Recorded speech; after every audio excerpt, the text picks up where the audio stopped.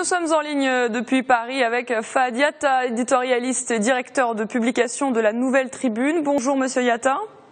Bonjour. Alors quelle lecture faites-vous des attentats de Paris et de cette montée en puissance du terrorisme djihadiste?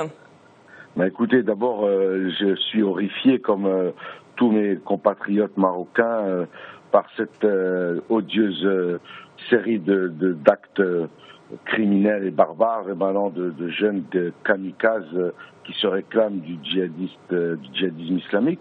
Je crois que cette série d'attentats est malheureusement la conséquence non pas d'une situation, d'une lecture de l'islam, mais plutôt de la désespérance et de la marginalisation d'une partie de la jeunesse française qui vit dans les banlieues et qui n'a d'autre voie ou d'autre recours que justement l'embrigadement dans les organisations terroristes pour se donner une visibilité ou une vision ou un avenir que nous savons de toute façon déterminé par les limites de la loi.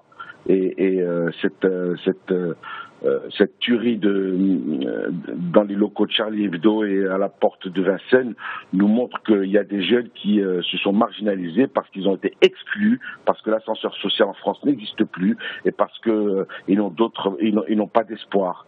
Et voilà. Monsieur Yatta, plusieurs voix s'élèvent depuis quelques jours pour crier au fiasco des services de renseignement. Est-ce votre analyse également ? Oui, fiasco, je n'irai pas jusque-là, d'autant que je suis journaliste et non pas spécialiste des services secrets, vous le savez bien. Mais je crois que, à l'instar de M. Pasqua, qui fut ministre de l'Intérieur du président Jacques Chirac, on a pu remarquer qu'il y avait des failles, je dirais même des béances ou des grosses lacunes dans le système de sécurité et des services français.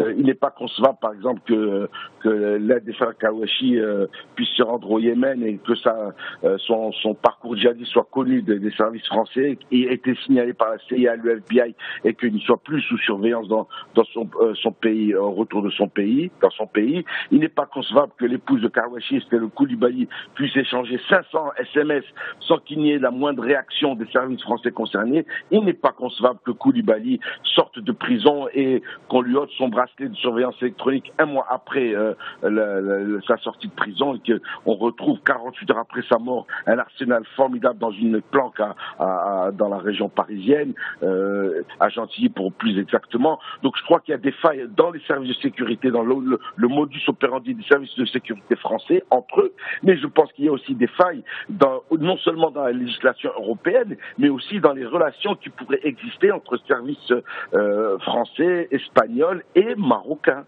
Parce que vous savez que notre pays, nos services possèdent une expertise reconnue au plan mondial dans la traque et la lutte et la prévention des actions terroristes. Nous avons chez nous nous-mêmes des résultats probants et fréquents dans cette lutte contre le terrorisme.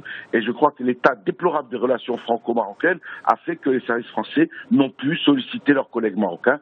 C'est regrettable et je pense qu'il appartient aux politiques français de tirer les leçons de cette détérioration et de leurs conséquences sur le plan sécuritaire pour la sécurité et la sûreté à l'intérieur du territoire français lui-même. Merci beaucoup Monsieur Yatta pour ces informations et pour votre analyse. Je vous en prie, merci, au revoir.